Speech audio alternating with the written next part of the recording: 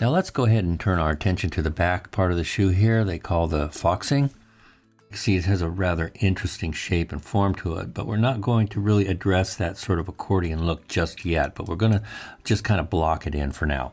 So I'm going to go ahead and hit N for new layer. I'm just going to call it foxing. There we go. And now I'm going to go to my pen tool, make sure my pen tool is highlighted here, and I'm just going to do something a little bit different. Click there. One down there, one right over here, and one over there. Just one big quad. And let's go to the back and take a look at it real quick here. And I'm going to bring this maybe right about there. Yeah. Okay, so I'll go back to my perspective view. So as you can see, this goes right through the shoe because the only thing that is adhering to the surface of the shoe are these 4 vertices.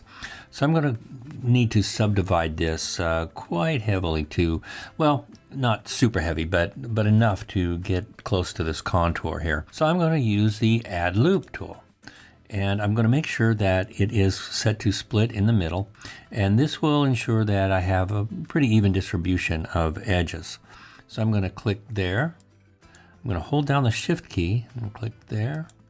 Hold down the Shift key again, click right there, and you can see as I rotate around here, it's starting to adhere to the shoe's contours a little bit better.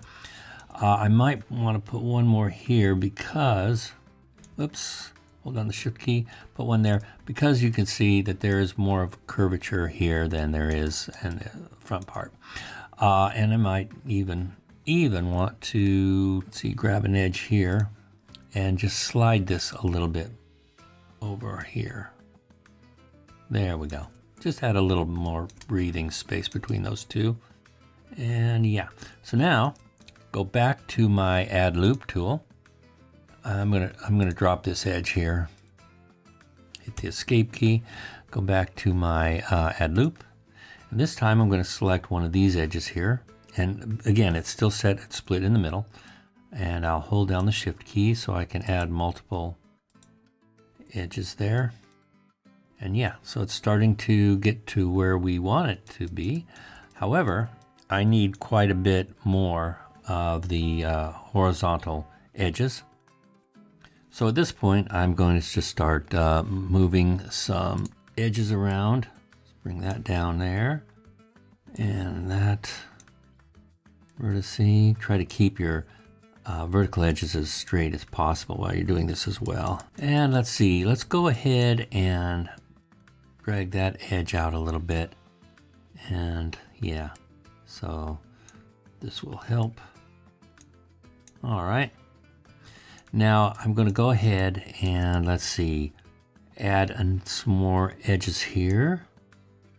Let's see, before I do that, let me go ahead and drag this edge down a little bit, just so I get some even spacing between these, a little more equal spacing.